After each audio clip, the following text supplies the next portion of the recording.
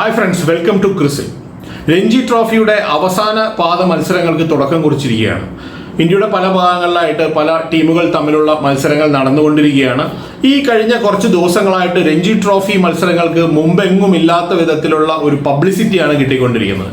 കാരണം BCCI ഒരു കടുത്ത തീരുമാനമെടുക്കുകയും എല്ലാ ഇന്ത്യൻ താരങ്ങളും രഞ്ജി ട്രോഫി കളിക്കണമെന്ന് നിർബന്ധം പിടിക്കുകയും ചെയ്തതോടുകൂടി ഇന്ത്യയുടെ സൂപ്പർ സ്റ്റാർസ് എല്ലാവരും തന്നെ രഞ്ജി ട്രോഫി മത്സരങ്ങളിൽ പങ്കെടുത്തുകൊണ്ടിരിക്കുകയാണ്.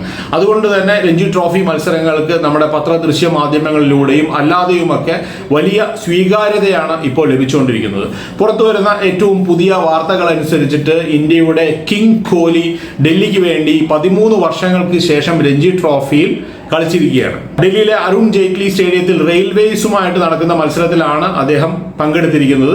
ഈ ഒരു മത്സരത്തിൽ വിരാട് കോഹ്ലി പങ്കെടുക്കുന്നു എന്ന ഒറ്റ കാരണം കൊണ്ട് തന്നെ 30,000-ലധികം കാണികളാണ് രഞ്ജി ട്രോഫി മത്സരം കാണാനായിട്ട് അരുൺ ജെയ്റ്റ്ലി സ്റ്റേഡിയത്തിൽ ആദ്യ ദിവസം എത്തിച്ചേർന്നിട്ടുള്ളത്. ആദ്യ ദിവസം റെയിൽവേസ് ആണ് ബാറ്റ് ചെയ്തത്. റെയിൽവേ ഓൾ ഔട്ട് ആയതിനു ശേഷം ഡൽഹി ബാറ്റിംഗ് തുടങ്ങിയിരിക്കുന്നു. ഒരു വിക്കറ്റ് അവരുടെ നഷ്ടപ്പെട്ടിട്ടുണ്ട്. ആയുഷ് ബദോനിയാണ് ഡൽഹിയെ ലീഡ് ചെയ്യുന്നത്. വിരാട് കോഹ്ലി 2 വിക്കറ്റ് പോകുമ്പോൾ, അതായത് 2 ഡൗൺ പൊസിഷനിൽ ബാറ്റ് ചെയ്യുമെന്നാണ് ആയുഷ് ബദോനി പറഞ്ഞിരിക്കുന്നത്. അതുകൊണ്ട് തന്നെ നാളെ ഇതിനേക്കാൾ കൂടുതൽ കാണികൾ ഈ മത്സരം കാണാൻ എത്തുമെന്നുള്ള കാര്യത്തിൽ യാതൊരു സംശയവുമില്ല. കാരണം വിരാട് കോഹ്ലിയുടെ ബാറ്റിംഗ് കാണാനായിട്ട് അരുൺ ജെയ്റ്റ്ലി സ്റ്റേഡിയം തിങ്ങി നിറയുമെന്നുള്ള കാര്യം ഉറപ്പാണ്. അരുൺ ജെയ്റ്റ്ലി സ്റ്റേഡിയത്തിൽ നിന്നുള്ള വാർത്തകൾ അനുസരിച്ചിട്ട് രാവിലെ 5 മണി മുതൽ സ്റ്റേഡിയത്തിൽ ആളുകൾ കയറി തുടങ്ങി എന്നുള്ളതാണ്. അതായത് ഒരു രഞ്ജി ട്രോഫി മത്സരം കാണാൻ, ഒരു ഇന്റർനാഷണൽ മാച്ച് കാണുന്ന വിധത്തിലുള്ള കാണികളുടെ ഒരു അതിപ്രസരമാണ് കഴിഞ്ഞ ദിവസം നമ്മൾ കണ്ടത് എന്നുള്ളതാണ്. ഏതായാലും വലിയ ഒരു വ്യൂവർഷിപ്പാണ് ഈ മത്സരത്തിന് ലഭിച്ചിരിക്കുന്നത്. ജിയോ സിനിമയിലാണ് ഇതിന്റെ ലൈവ് മാച്ച് നമുക്ക് കാണാനായിട്ട് സാധിക്കുക. ആദ്യ ദിവസം 90 ലക്ഷത്തിലധികം ആളുകൾ ഒരു രഞ്ജി ട്രോഫി മത്സരം കണ്ടിരിക്കുന്നതാണ്.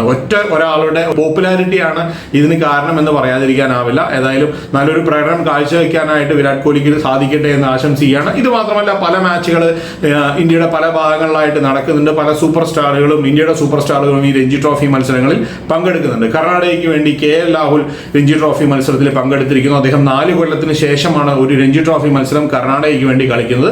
പക്ഷേ അദ്ദേഹം 26 റൺസിൽ ഔട്ടായിരിക്കുകയാണ്. മറ്റൊരു താരം എന്ന് പറയുന്നത് സൗരാഷ്ട്രയുടെ ടോപ്പ് ഓർഡർ ബാറ്ററായിട്ടുള്ള ചേതേശ്വർ പൂജാരയാണ്. ചേതേശ്വർ പൂജാര കഴിഞ്ഞ കുറച്ച് നാളുകളായിട്ട് അദ്ദേഹം രഞ്ജി ട്രോഫി മത്സരത്തിൽ പങ്കെടുത്തുകൊണ്ടിരിക്കുന്നുണ്ട്. കാരണം ഇന്ത്യക്ക് വേണ്ടി അദ്ദേഹം കളിക്കുന്നില്ല. ഈ മത്സരത്തിൽ ഇപ്പോൾ അദ്ദേഹം 96 റൺസ് നേടി പുറത്താവാതെ നിൽക്കുകയാണ്. മറ്റൊരു പ്രശസ്ത താരം എന്ന് പറയുന്നത് മുഹമ്മദ് സിറാജ് ആണ്. മുഹമ്മദ് സിറാജ് ഹൈദരാബാദിന് വേണ്ടിയിട്ട് രഞ്ജി ട്രോഫി മത്സരത്തിൽ കളിച്ചിരിക്കുന്നു. അദ്ദേഹം ഈ മത്സരത്തിൽ 1 വിക്കറ്റ് മാത്രമാണ് നേടിയത് എന്നുള്ളതാണ്. ഇതുപോലെ തന്നെ റിയാൻ പരാഗ് ഒരു കംബാക്ക് നടത്തിയിരിക്കുന്നു ആസാമിന് വേണ്ടിയിട്ട്. അദ്ദേഹം കുറച്ച് നാളുകളായിട്ട് ഇഞ്ചുറിയുടെ പിടിയിലായിരുന്നു. അതിൽ നിന്നൊരു കംബാക്ക് ആണ് അദ്ദേഹം നടത്തിയിരിക്കുന്നത്. അപ്പോൾ രഞ്ജി ട്രോഫി മത്സരങ്ങൾക്ക് മുമ്പെങ്ങും ഇല്ലാത്ത വിധത്തിലുള്ള ഒരു പബ്ലിസിറ്റി ലഭിക്കുന്നു എന്നുള്ളതാണ് ഏറ്റവും ഇമ്പോർട്ടൻ്റ് ആയിട്ടുള്ള ഒരു കാര്യം എന്ന് പറയുന്നത്. രണ്ടാമത്തെ നമ്മുടെ സബ്ജക്റ്റ് എന്ന് പറയുന്നത് ഓസ്ട്രേലിയയും ശ്രീലങ്കയും തമ്മിൽ ഗോളിൽ നടക്കുന്ന ടെസ്റ്റ് മത്സരമാണ്. 2 ദിവസത്തെ മത്സരം അവസാനിക്കുമ്പോൾ ശക്തമായ നിലയിലാണ് മൈറ്റി ഓസ്ട്രേലിയൻസ് ആദ്യ ഇന്നിംഗ്സിൽ 654 റൺസിന് 6 വിക്കറ്റ് എന്ന നിലയിൽ ഡിക്ലെയർ ചെയ്യുകയായിരുന്നു. ഇന്ത്യയും ഓസ്ട്രേലിയയും തമ്മിലുള്ള ബോർഡർ ഗവാസ്കർ ട്രോഫിയിൽ നല്ല ഒരു പ്രകടനം കാഴ്ചവെക്കാൻ സാധിക്കാതെ പോയ ഉസ്മാൻ ഖവാജ ഒരു ഡബിൾ സെഞ്ചുറി നേടിയിരിക്കുകയാണ്. അദ്ദേഹം ആദ്യമായിട്ടാണ് ഒരു ടെസ്റ്റ് മത്സരത്തിൽ ഡബിൾ സെഞ്ചുറി നേടുന്നത്. 232 റൺസാണ് അദ്ദേഹം നേടിയത്. അതുപോലെ തന്നെ അവരുടെ മേക്ക് ഷിഫ്റ്റ് ക്യാപ്റ്റൻ ആയിട്ടുള്ള സ്റ്റീവ് സ്മിത്ത്, അദ്ദേഹം സെഞ്ചുറി നേടിയിരിക്കുന്നു. ഒപ്പം തന്നെ ടെസ്റ്റ് ക്രിക്കറ്റിൽ 10,000 റൺസ് എന്ന് പറയുന്ന ഒരു നാഴികക്കല്ല് അദ്ദേഹം പിന്നിട്ടിരിക്കുകയാണ്. ഓസ്ട്രേലിയയുടെ മഹാരഥന്മാരായിട്ടുള്ള കളിക്കാരായിട്ടുള്ള അലൻ ബോർഡറും റിക്കി പോണ്ടിങ്ങും സ്റ്റീവ് വോയും മാത്രമാണ് 10,000 റൺസ് ഇതിനു മുമ്പ് നേടിയിരിക്കുന്നത്. ആ ഒരു ഗണത്തിലേക്ക് സ്റ്റീവ് സ്മിത്ത് കൂടെ എത്തിപ്പെട്ടിരിക്കുകയാണ്. മറ്റൊരു താരം എന്ന് പറയുന്നത് കന്നി മത്സരം കളിക്കുന്ന ജോഷ് ഇംഗ്ലീഷ് ആണ്. ജോഷ് ഇംഗ്ലീഷ് തന്റെ ആദ്യ മത്സരത്തിൽ തന്നെ തന്റെ അച്ഛനും അമ്മയൊക്കെ സാക്ഷി നിർത്തിക്കൊണ്ട് സെഞ്ചുറി നേടിയിരിക്കുകയാണ്. 102 റൺസാണ് ജോഷ് ഇംഗ്ലീഷ് ഈ മത്സരത്തിൽ കുറിച്ചിരിക്കുന്നത്. ഒരു വലിയ സ്കോർ കണ്ടെത്താനായിട്ട് അവർക്ക് സാധിച്ചിരിക്കുന്നു. 654 റൺസിന് 6 വിക്കറ്റ് എന്ന നിലയിലാണ് ഓസ്ട്രേലിയ ഡിക്ലെയർ ചെയ്തിരിക്കുന്നത്. 2ാം ദിവസത്തെ മത്സരം അവസാനിക്കുമ്പോൾ ശ്രീലങ്ക 44 റൺസിന് 3 വിക്കറ്റ് എന്ന നിലയിലാണ്. ഇനി ഈ മത്സരത്തിലേക്ക് തിരിച്ചു വരിക എന്ന് പറയുന്നത് ശ്രീലങ്കയെ സംബന്ധിച്ചോളം വളരെ ബുദ്ധിമുട്ടേറിയ കാര്യമാണ്.